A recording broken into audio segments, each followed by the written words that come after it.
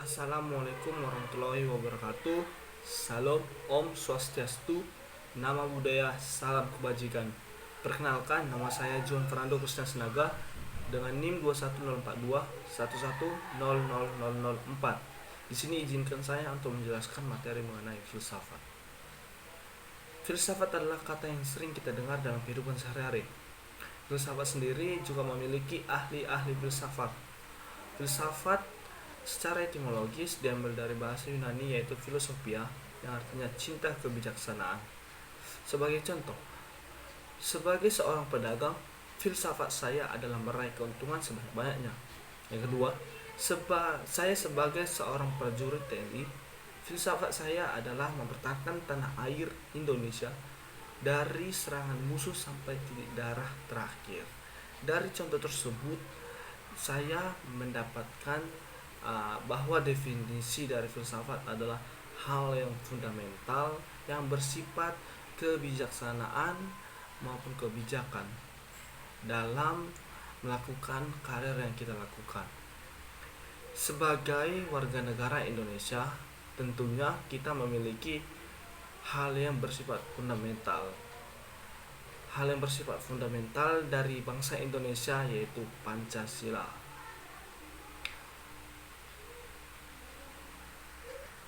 Dalam Pancasila disebut filsafat Pancasila, yang dimana ada sebagai genitivus objektivus dan genitivus subjektivus.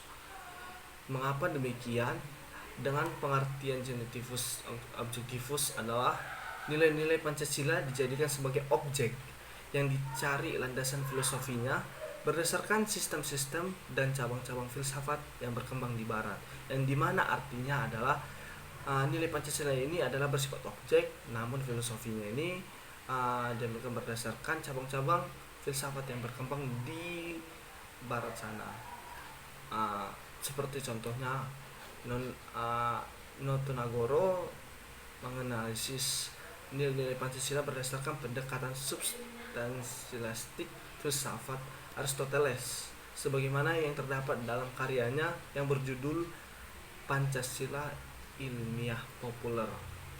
Baru genitivus subjektivus, yang dimana pengertiannya adalah nilai-nilai Pancasila dipergunakan untuk mengkritisi sebagai aliran filsafat yang berkembang, baik yang menemukan hal-hal yang sesuai dengan nilai-nilai Pancasila maupun untuk melihat nilai-nilai yang tidak sesuai dengan nilai Pancasila.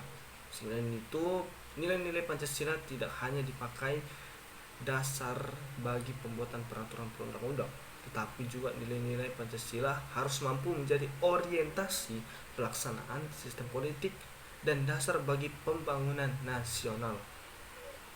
Jadi artinya dalam genitivus subjektivus bahwasannya nilai Pancasila ini dipergunakan untuk mengkritisi bagian aliran filsafat yang berkembang, baik itu menemukan hal-hal yang sesuai dengan nilai Pancasila maupun untuk melihat nilai-nilai yang tidak sesuai dengan nilai-nilai Pancasila. Dua hal tersebut sangatlah penting dikarenakan Pancasila adalah nilai dasar dan nilai yang bersifat fundamental di negara Indonesia. Pada genitivus subjektivus ini memiliki tiga landasan pijak filosofis, yaitu landasan ontologis, landasan epistemologis, dan landasan aksiologis. Yang dimana landasan ontologis ini adalah secara inti menanya tentang proses terbentuknya prinsip-prinsip dalam sila-sila Pancasila itu dalam kehidupan.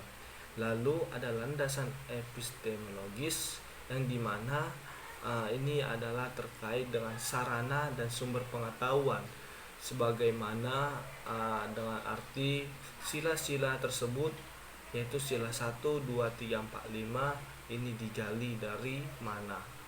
Baru yang ketiga ada landasan aksiologis, yang dimana terkait dengan masalah nilai, yang dimana secara intinya adalah sila pertama, kedua, 3, 4, 5 itu mengandung nilai apa saja. Selanjutnya ada esensi atau hakikat Pancasila sebagai sistem filsafat. Terdapat esensi atau hakikat pada Pancasila sebagai sistem filsafat dalam kelima sila tersebut, yaitu satu, hakikat sila pertama itu terletak pada keyakinan seperti itu.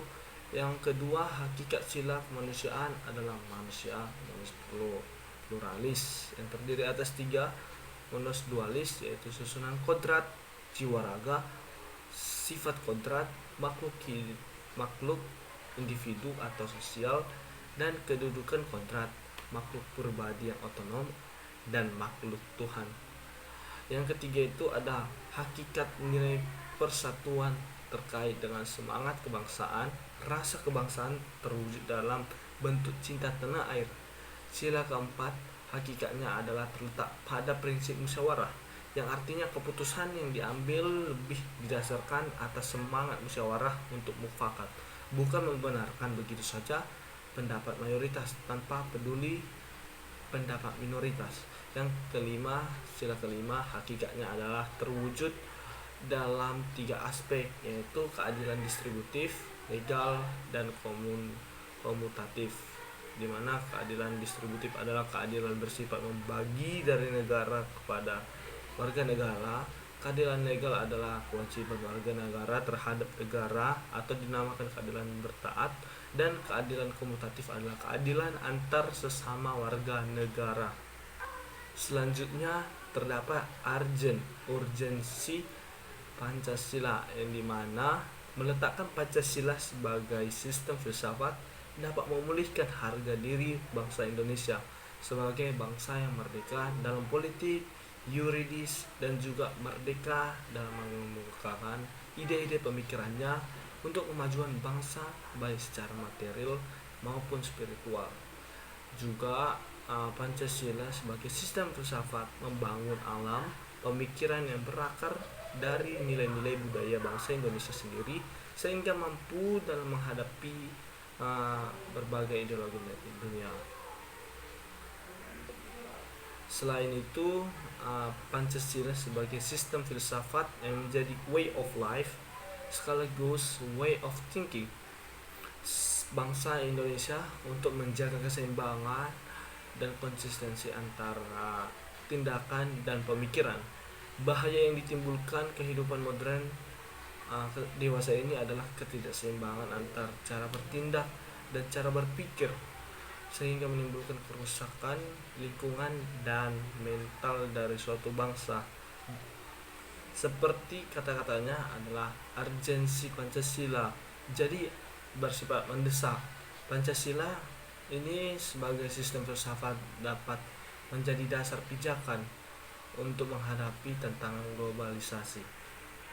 Dan berikut beberapa fungsi Pancasila sebagai sistem filsafat dalam kehidupan sehari-hari yang sudah kita praktikkan, yaitu monotheis religius, yang dimana Indonesia berdasarkan pada ketuhanan yang Maha Esa, yaitu Tuhan yang tunggal. Dapat kita lihat bahwasannya mayoritas dari Indonesia telah memiliki agama yang telah ditetapkan oleh Pancasila, yaitu sila pertama. Selanjutnya adanya Pancasila sebagai sebuah substansi, yang artinya pengamalan Pancasila harus sesuai dan tidak boleh bertentangan dengan Pancasila lainnya. Maksudnya ada tiga nilai yang harus diperhatikan dalam Pancasila, yaitu nilai dasar, nilai praktis, dan nilai material. Jadi maksudnya tadi bahwasannya nilai Pancasila ini nggak boleh bertentangan dari tiga nilai tersebut, yaitu nilai dasar, nilai praktis, dan nilai material.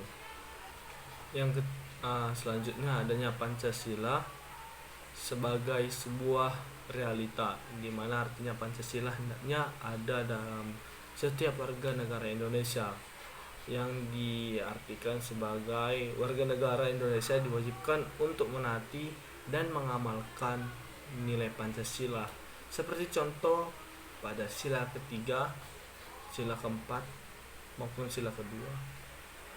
dan sila kelima. Contohnya adalah persatuan Indonesia.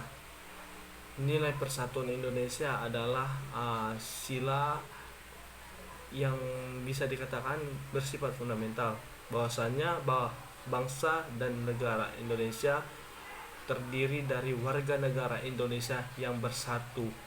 Terima kasih.